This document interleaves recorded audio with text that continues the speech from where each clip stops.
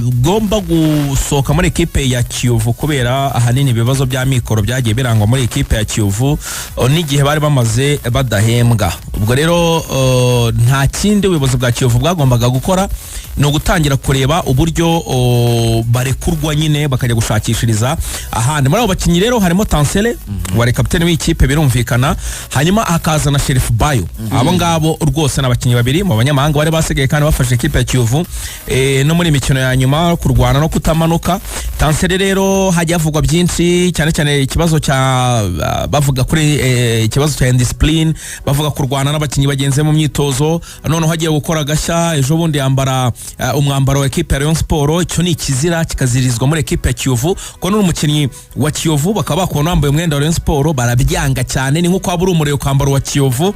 Ibyo nabyo biza ari ibibazo bikomeye cyane. Kubwumvikana rero baje kumvikana na ekipe ya Kiyovu asohokamo, bikaba biri kuvugwa rero ko rwose agomba kwinjira muri ekipe ya Rayon Sport. Nicyo ngira ngo kugaragara mu mwambaro wa Fall Nganya arimo arabyina yambaye umwenda wa Rayon bisa nkaho ari ikimenyetso n'ubundi yabwiraga abayova babwira ati ngiye kwerekeza mu ikipe ya Rayon Sport.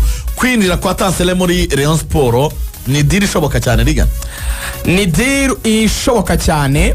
Uko biteye nuko kwizigira n'ubundi Rayon Sport yashatse Tansele agifite amasezerano ya Kiyovu mbere yuko banatandukana, ariko Rayon Sport igiyeyo Kiyovu yabaciye miliyoni 20. Rayon Sport iravuga iti ayo mafaranga ni menshi. Ejo bundi mu kwa mbere babati se turabahereza umukino usigaje umwaka umwe n'igice miliyoni 20 Kiyovu. Kiyovu iravuga ati rwose nayo niyo mutayafite ntago bikunda. Rayon Sport iravuga iti okay reka tubyihorere, niko kujya kwishakira bari abana ba Jaro na ba Asanana yazaye. Ubwo icyo gereyo yavugaga ko wenda Kiyovu yakwemera kugurisha kuko yari ifite mutubazo tw'amafaranga, kandi n'umukinnyi wenda bigaragara ko ashobora kuba ari mu ikipe natishimye, ikipe yari iri ahantu habi twese twarayibonaga Kiyovu.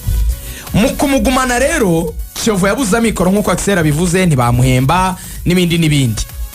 Abamaze kumvikana gutandukana rero abari baramushatse mu kwa mbere abongeye kugarura iyo interest muri Rayon Sport, ubwo ni mu buyobozi.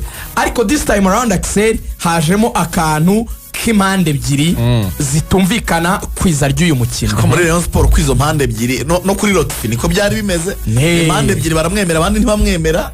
Tansele the same. Ni ikipe y'abafana ariko ikipe y'abafana nyine habagomba kuzamo ayo majadriano hakagera aho wenda bageraho bahuriye. La raison de préfort ikaba ari iko siko kuko ibintu ubundi bo baravuga ngo Afahami ya Lotfi umvuko abisobanura. Afahami akina abadefenseri batatu, agakina abakinnyi batanu hagati, agakina n'abataka babiri. Babakinnyi batanu twitaho hagati ni babakinnyi babiri baba wing back ndetse n'abatatu muri mediane bisanzwe, akatakisha abataka babiri. Baravuga bati rero dufite amahirwe yuko Fall Nganya azaba yakize iyi sezo, azaba hari, ariko dukeneye uwo bita second striker cyangwa se umwata kumukina mu bitugu batekanizamu wa wundi navuga w'umupivo ufite umubiri uri strong donc ukomeye, ufite igihagararo, akazajya amubera nka soutien, akazajya mera nk'umwunganiye kugira ngo Fall Nganya abone ukuntu ataba marked n'abadefenseri. Ni nako buriya muri mukuru yakinaga kuri afata Justin Malanda akaba ameze nka rutayizamu, ariko ugasanga ugaragara cyane cyangwa utsinda cyane ni Mensa. Koko Mensa abagari mu bitugu byande by'uyu mugenzi we umubera nk'umupivo akajya kumugundagurana n'abadefenseri.